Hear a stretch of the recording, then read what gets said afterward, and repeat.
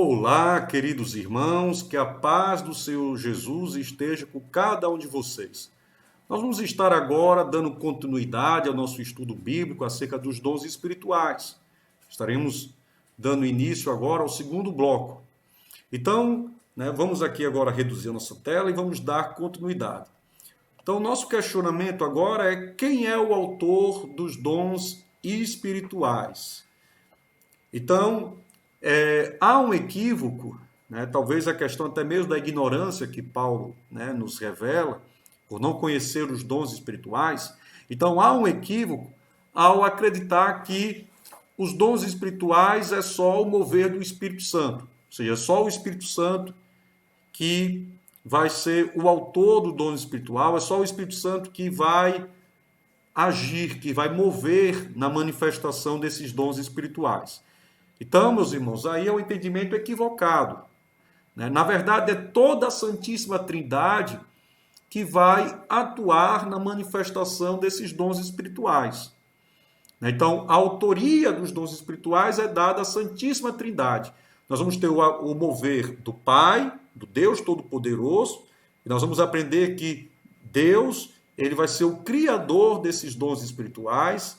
Nós vamos ter o mover, a atuação do Senhor Jesus. Então, é Ele que vai conceder, é Ele que vai entregar os dons espirituais para a sua igreja. E nós vamos ter também o mover, a atuação do Espírito Santo. É o Espírito Santo que vai distribuir os dons espirituais para cada membro da igreja. Certo? Então, nós temos aí o texto bíblico em 1 Coríntios, capítulo 12, versículo 4 ao 6, que diz: ora, há diversidade de dons, mas o Espírito é o mesmo. E há diversidade de ministérios, mas o Senhor é o mesmo. Aí, nesse caso, o Senhor Jesus é o mesmo. E há diversidade de operações, mas é o mesmo Deus que opera tudo em todos. Então, quando ele fala, mas o Espírito é o mesmo, mas o Senhor Jesus é o mesmo, mas é o mesmo Deus que opera tudo em todos, então isso quer dizer que o mover dos dons espirituais é pela Santíssima Trindade. Amém? Vamos passar aqui para a próxima tela. Então, é como eu acabei anunciando para vocês, O autor dos dons é o Deus Todo-Poderoso. Nós vamos ver isso lá em Romanos, capítulo 12, versículos 6 ao 8. O próprio Senhor Jesus Cristo é quem concede os dons, então é Ele que vai entregar os dons para a igreja. Isso vai estar lá em Efésios 4, versículo 11. O Espírito Santo é quem distribui os dons. Isso vai estar lá em 1 Coríntios, capítulo 12, versículos 8 ao 10. Amém? Aí, quantos dons existem? Então, só no Novo Testamento há a constatação de 21 dons espirituais. Então, aquelas passagens bíblicas que eu citei na tela anterior, nós vamos ver aqui agora. Então, em Romanos 12, versículos 6 e 8, nós vamos perceber que esses dons espirituais é Deus que cria. Então, Deus cria esses dons espirituais. Então, de modo que, tendo diferentes dons, segundo a graça que nos é dada, então, ou seja, nós recebemos os dons, é pela graça de Deus, certo? Então, quem é o autor, nesse caso aí, o Criador, é Deus, certo? Se é profecia, então nós temos aqui o dom da profecia, seja ela segundo a medida da fé. Se é ministério, então aqui é um dom espiritual, o dom ministerial, seja ministrar. Se é ministério, seja ministrar. Se é ensinar, que nós temos o dom de ensino, haja dedicação ao ensino. Ou que exorta, nós temos o dom da exortação, use esse dom em exortar. O que reparte, nós temos aí o dom de repartir, que vão ter o papel de solidário, de compartilhar com o irmão. Então, faça-o com liberalidade. O que preside, o dom da presidência, com cuidado. O que exercita misericórdia, com alegria. Então, aí nós temos o dom da misericórdia. Aí vamos agora para 1 Coríntios, capítulo 12, versículos 8 ao 10. Então aqui nós vamos ter o mover do Espírito Santo. Então o Espírito Santo é que vai distribuir os dons espirituais para a igreja. Então diz aqui, Porque a um, pelo Espírito, ou seja, pelo Espírito Santo, é dada a palavra da sabedoria. Então, a sabedoria aqui como dom. E a outro, pelo mesmo Espírito, a palavra da ciência. É outro dom espiritual. E a outro, pelo mesmo Espírito, a fé. Então, a fé, nós vamos ter aqui a fé como um dom espiritual. Nós vamos ver que também a fé pode ser fruto do Espírito Santo, mas isso a gente vê mais depois. E a outro, pelo mesmo Espírito, os dons de curar. Aí é outro dom espiritual também. E a outro, a operação de maravilhas, que aí não seria o milagre, né? Aí também é outro dom espiritual. E a outro, a profecia, o dom de profecia. E a outro, o dom de discernir os espíritos. Então aqui é o outro dom espiritual, de discernir os espíritos. E a outro, a variedade de línguas. E a outro, a interpretação das línguas. Aqui também são outros dois dons espirituais. Amém? Aí em Efésios 4:11 nós vamos ter o mover do Senhor Jesus. O Senhor Jesus que vai, né, conceder o dom para a igreja. Então o Pai, ele cria, o Filho, né, que é Jesus, ele concede, ele entrega o dom para a igreja e o Espírito Santo distribui. Então em Efésios 4:11 diz assim, e ele mesmo deu uns para apóstolos. Então quem é esse aqui? É Jesus. Jesus deu algumas pessoas para apóstolos, que foram os 12 discípulos, e a outros para profetas, que é outro dom espiritual, e a outros evangelistas, e a outros para pastores e doutores. Então aqui também nós vamos ter outros dons espirituais. Então esses exercícios, né, esses cargos ministeriais, são manifestações dos dons espirituais de Deus. Amém? Vamos aqui prosseguir. Aí surge a pergunta, todos os dons são miraculosos? Aqui, meus irmãos, eu faço uma observação. Nós não podemos cair na compreensão de que para presenciar a manifestação do poder de Deus é necessário haver um milagre. Até porque, meus irmãos, Deus também opera, Deus usa os teus escolhidos também na simplicidade. Então, às vezes, nas coisas simples, Deus opera, Deus usa. Então, nós temos que romper, né, essa visão que talvez algumas pessoas tenham equivocadas de achar que para ver a manifestação de Deus tem que haver um milagre, tem que haver um sobrenatural. E as coisas não são bem assim. Deus também opera na simplicidade. Né? São coisas simples que Deus usa, que Deus faz acontecer a vontade dele. Amém? Nós vamos observar também que alguns dons espirituais, eles carecem dessa, né, visão milagrosa, né, dessa concepção milagrosa. Porque, na verdade, afinal de contas, o que é o milagre? Então, o milagre, né, é toda a manifestação de que foge da concepção do que é natural.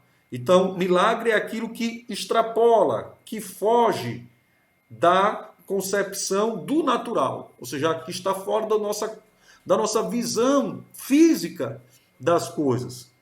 Milagre é o sobrenatural, né? É o que está, né, fora da nossa compreensão natural daquela coisa. Então, isso é o milagre. Então, ou seja, nem todos os dons espirituais vão ser milagre. Nós podemos visualizar milagre no dom da cura, até porque a cura é um milagre de Deus. O dom de expulsar demônios, ali você tem a manifestação de um milagre. Mas, ou seja, você também não vai ter milagre, por exemplo, no dom de misericórdia. Você está ali, né, agindo de misericórdia, perdoando ali, né, o irmão. Você não está agindo ali em um milagre. Ali não está a presença de um milagre. Até mesmo se a gente for considerar o dom de ensino da palavra, né, o ensinamento da palavra não é um ato milagroso. Né? Até mesmo o dom de ministrar a palavra, você não tem ali também a essência de um milagre. Embora nós sabemos que a palavra produz um poder de Deus, né, que é o sobrenatural. Porque a palavra de Deus, ela edifica, a palavra de Deus tem o poder de transformar vidas, a palavra de Deus tem o poder de libertar, né? A palavra de Deus nos enche do Espírito Santo, porque a palavra de Deus, ela é alimento para a nossa alma. Mas o que eu trago aqui é que o exercício do dom de ministrar a palavra, o exercício do dom do ensino, não há nada de sobrenatural. Não há ali um milagre por si só. Embora a palavra do Senhor, a palavra de Deus, produza efeitos sobrenaturais, produza efeitos, né, grandiosos. Que a palavra de Deus produz muito dos seus efeitos. Amém? Então, o que eu quero aqui nesse momento trazer a compreensão é de que nem todos os dons espirituais são milagrosos. E nós temos que romper com essa visão de que achar que para que haja manifestação do poder de Deus tem que haver um milagre. Então, essa visão, essa postura está equivocada. Amém? Então vamos estar aqui meditando em 1 Coríntios, capítulo 12, versículos 28 ao 31, que diz assim: E a uns pôs Deus na igreja, primeiramente apóstolos, em segundo lugar profetas, em terceiro doutores, depois milagres, depois dons de curar, socorros, governos, variedades de línguas. Porventura são todos apóstolos? São todos profetas? São todos doutores? São todos operadores de milagres? Têm todos os dons de curar?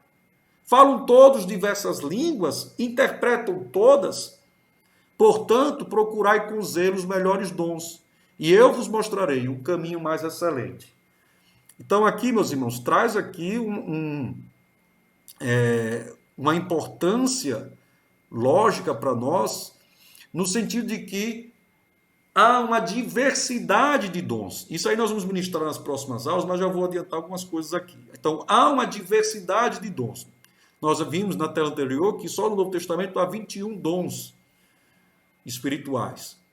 Então, é claro que nós que somos corpo de Cristo, os membros da igreja, todos nós não vamos receber os mesmos dons espirituais, não. E nem nós, pela nossa vontade, pelo nosso querer, nós não temos o poder de escolher qual dom que a gente quer. Porque se fosse assim, todos iam, na visão, é claro, humana, na visão carnal, entre aspas, escolher o melhor. Embora eu botei entre aspas, porque nós vamos ver que todos os talentos, todos os dons espirituais, eles são de extrema importância para a obra do Senhor. Não existe melhor dom e pior dom. Não existe isso. Mas para a visão humana, para a visão carnal de algumas pessoas, vão dizer, então todos iriam escolher ser apóstolo. Todos iriam escolher ter o dom da cura. Todos iriam escolher, operar milagres.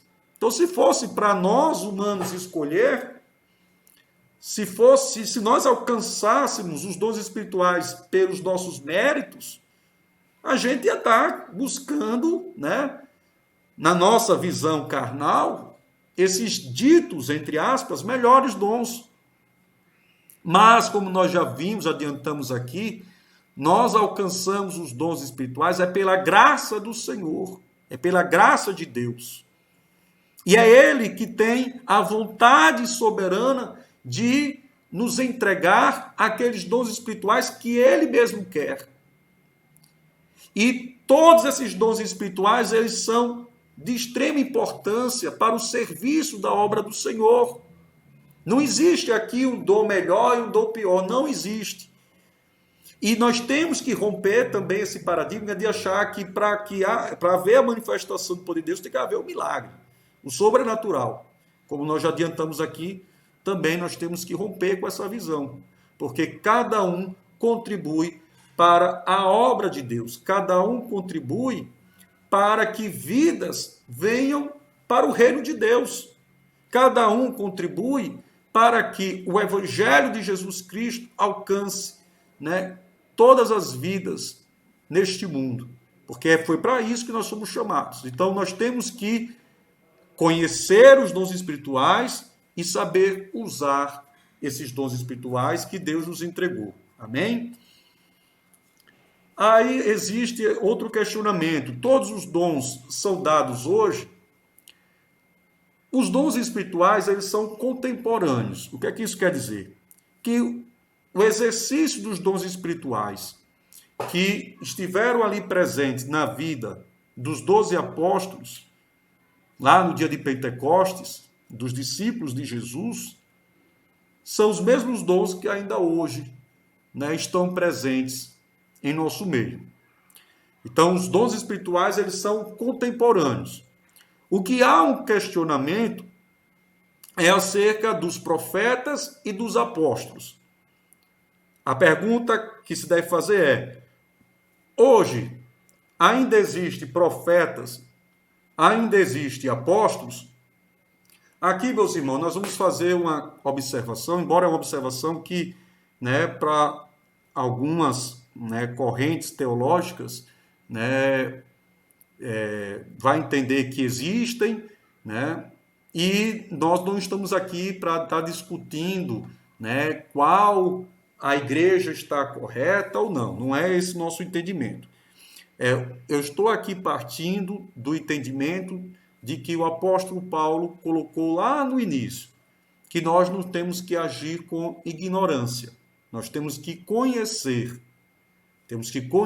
os dons espirituais. Então, eu estou aqui para tratar uma visão na qual, né, dos conhecimentos que adquirir, que eu vou estar passando para vocês. Amém? Então, o que acontece? A visão de profetas, que nós, né, vimos lá desde o Antigo Testamento, a visão de profeta é aquela pessoa escolhida por Deus, na qual Deus se revelou para essa pessoa, para que essa pessoa recebesse a revelação de Deus e transformasse aquela revelação em texto canônico. Ou seja, transformou aquela revelação em Bíblia. Então passou a ser Bíblia aquela revelação que o Senhor entregou, né, se revelou para essa pessoa. Então, é só você imaginar, por exemplo, o mover do Espírito Santo ao longo de todo esse tempo. O Espírito Santo esteve presente desde a criação do mundo. E o Espírito Santo, no princípio, pairava sobre as águas. A partir do momento em que, lá do Antigo Testamento, né, a partir de Gênesis, o Espírito Santo começou a mover para determinadas pessoas que Deus escolheu, para que essas pessoas contribuíssem para a obra do Senhor, ou seja, pessoas que foram eleitas, escolhidas para uma vida sacerdotal. Amém? Então foram separadas para viver uma vida sacerdotal. Hoje o Espírito Santo, né, nós encontramos com mais facilidade pessoas que têm a presença e a manifestação do Espírito Santo.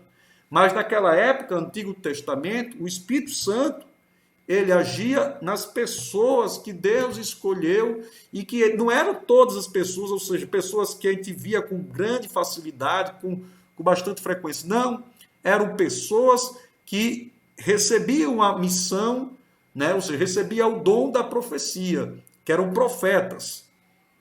Bom, então onde eu quero chegar? Pessoas que foram eleitas para ser profetas do Senhor. Então, não era uma quantidade de pessoas assim que era fácil de encontrar um profeta. Não. É só você perceber na Bíblia, no Antigo Testamento, que essas pessoas eram pessoas escolhidas a dedo pelo Senhor. Por exemplo, você tem como profeta Moisés. Moisés, ele recebeu a revelação do Senhor e a partir da revelação que ele recebeu de Deus, ele fez 5 livros da Bíblia, o Pentateuco, que é Gênesis, Êxodo, Levítico, Deuteronômio e Números. Então ele recebe a revelação de Deus. Muitas vezes, né, Moisés, ele ouvia a voz do Senhor. Ele teve até aquele encontro com Deus, que é aquele episódio da sarça de fogo. Então ele tinha uma intimidade bastante profunda com o Senhor, e aquela revelação que ele recebia de Deus transformou em texto canônico. Tanto é que Moisés, né, ele editou os 10 mandamentos, recebeu de Deus os 10 mandamentos e colocou ali naquela pedra os 10 mandamentos. Outra situação que nós podemos observar, por exemplo, Jeremias. Jeremias, ele também foi um profeta do Senhor. Ele recebeu a revelação de Deus e escreveu 2 livros na Bíblia, Jeremias e Lamentações, Josué, dentre outros profetas do Senhor que tiveram aí contribuição e cuja revelação do Senhor transformou em texto canônico. Então, nós vamos ter algumas manifestações aqui. Êxodo, capítulo 4, versículo 12, que diz: vai, pois, agora, e eu serei com a tua boca, e te ensinarei o que hás de falar. Então, o Senhor estava face a face com Moisés. A boca de Moisés foi usada por Deus para ensinar ao povo. Êxodo 7, versículos 1 e 2, diz assim: então disse o Senhor a Moisés: eis que te tenho posto por Deus sobre Faraó, e Arão, teu irmão, será o teu profeta. Tu falarás tudo o que eu te mandar, e Arão, teu irmão, falará a Faraó, que deixe ir os filhos de Israel da sua terra. Então aqui Deus também escolheu Arão para ser profeta do Senhor.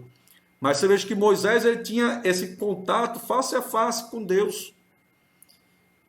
Jeremias 1 e 9, capítulo 1, versículo 9. E estendeu o Senhor a sua mão e tocou-me na boca. Ou seja, o próprio Deus tocou na boca de Jeremias. E disse-me o Senhor: eis que ponho as minhas palavras na tua boca. Ou seja, o próprio Deus toca na boca de Jeremias. Então, meus irmãos, profetas são aqueles que tiveram um nível de intimidade tão grande com o Senhor, que o Senhor se revelava diretamente com essas pessoas, com esses sacerdotes, porque todos eles tiveram, né, uma vida sacerdotal, passaram a ser profetas do Senhor e tiveram a contribuição no sentido de converter aquelas revelações em texto bíblico, em texto canônico. Amém? Aí em 2 Timóteo, capítulo 3, versículo 16 a 17.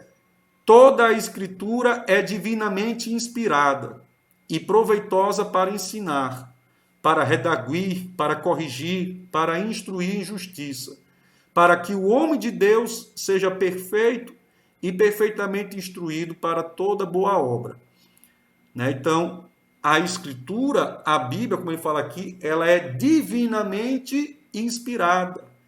Então, a Bíblia é uma inspiração de Deus.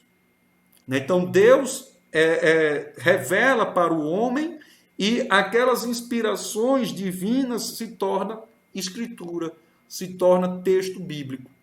Então, foi os profetas e os apóstolos que tiveram aí, né, essa função, né, esse dom que Deus entregou para eles, né, edificar a igreja, para que eles viessem também a contribuir, né, na escritura, na conversão da palavra do Senhor em texto bíblico. Então, tanto os profetas quanto os apóstolos exerceram essa função. E principalmente os profetas do Antigo Testamento que tiveram esse grau de intimidade tão grande que recebiam a revelação do Senhor e transformavam em texto bíblico, em texto canônico. Amém? E aí você me pergunta: Joel, e hoje não existe mais profeta, é isso? Então, o profeta, no sentido do Antigo Testamento, não existe mais. Porque os profetas, eles já contribuíram, né, no sentido de converter a revelação de Deus em texto bíblico. A Bíblia já finalizou a sua obra. Hoje não se produz mais Bíblia. Não há mais novas escrituras para se tornar Bíblia. Não existe. Então, profeta, no sentido do Antigo Testamento, não existe mais. Agora, do Novo Testamento, que é aquele que recebeu o dom da profecia, e aí dom da profecia é diferente de profeta, Porque dom de profecia é aquele que recebe a profecia do Senhor. E o que é profecia nesse caso? Profecia é eventos futuros. Eventos futuros que Deus ele já faz com que a pessoa conheça o que vai acontecer.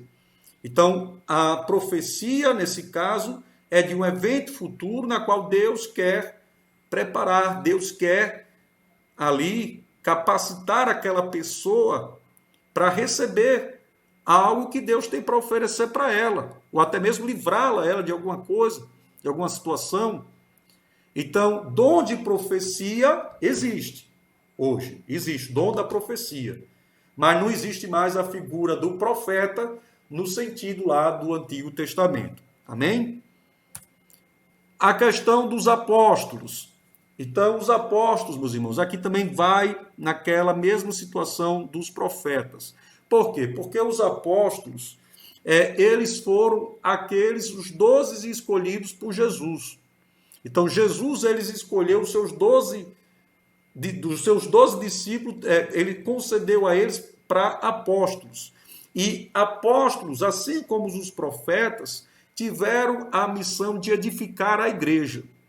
Então, o papel dos profetas e dos apóstolos era o papel, direcionado à edificação da igreja. Então, meus irmãos, dá para perceber que a atuação daqueles 12 apóstolos que Jesus escolheu, que Jesus concedeu, dentre os 12 discípulos, essa missão já foi concluída. Por quê? Porque a igreja já foi edificada. A igreja foi edificada. Não precisa mais, hoje, você estar levantando apóstolos para edificar a igreja, porque a igreja já está edificada. Então já foi concluída essa obra. Então vamos ver aqui as passagens bíblicas.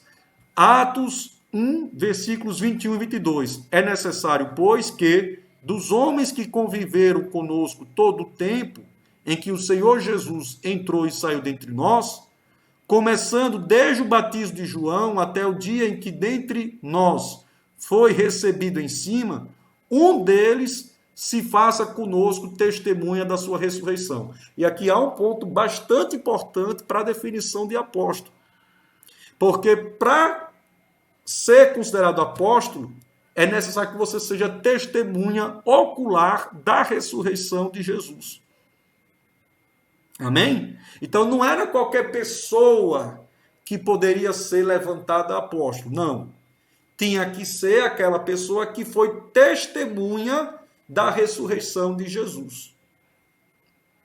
Entendeu? Então, estava adstrito apenas aqueles que presenciaram, que foram testemunhas, da ressurreição de Jesus.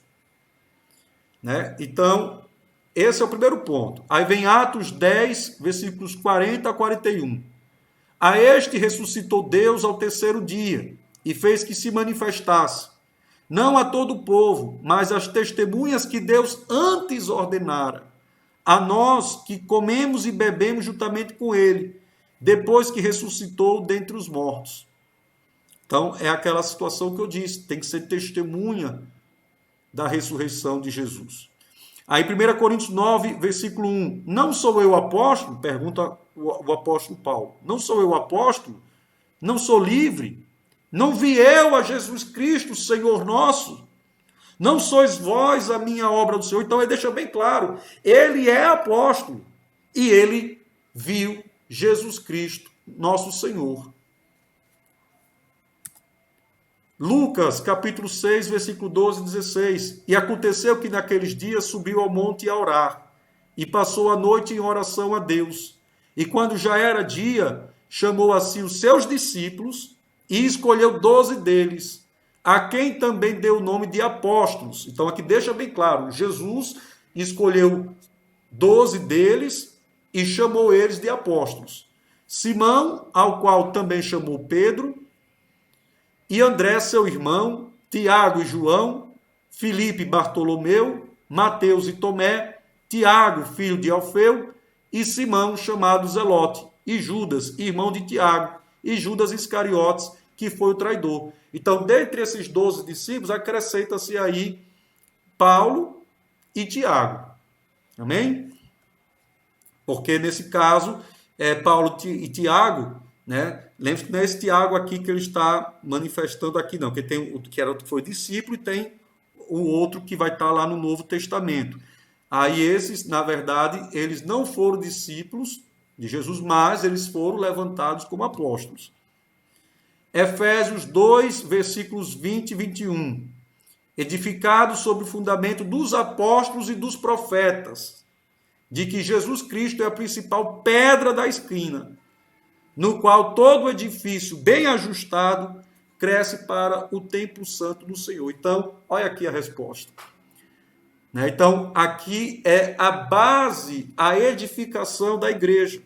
A igreja está edificada na base, que é a pedra da esquina. Quem é a pedra da esquina? É Jesus. Que também pode ser chamada de a pedra angular. Né? Então, a base da igreja, a igreja já foi edificada. Então, quem edificou, quem lançou as bases da igreja, e a igreja foi edificada, foram os apóstolos e os profetas. Então, eles já foram escolhidos e eles já cumpriram com o papel na qual foram direcionados. Amém? Então, vamos encerrar agora esse segundo bloco, depois nós voltamos para o nosso terceiro e último bloco. Amém?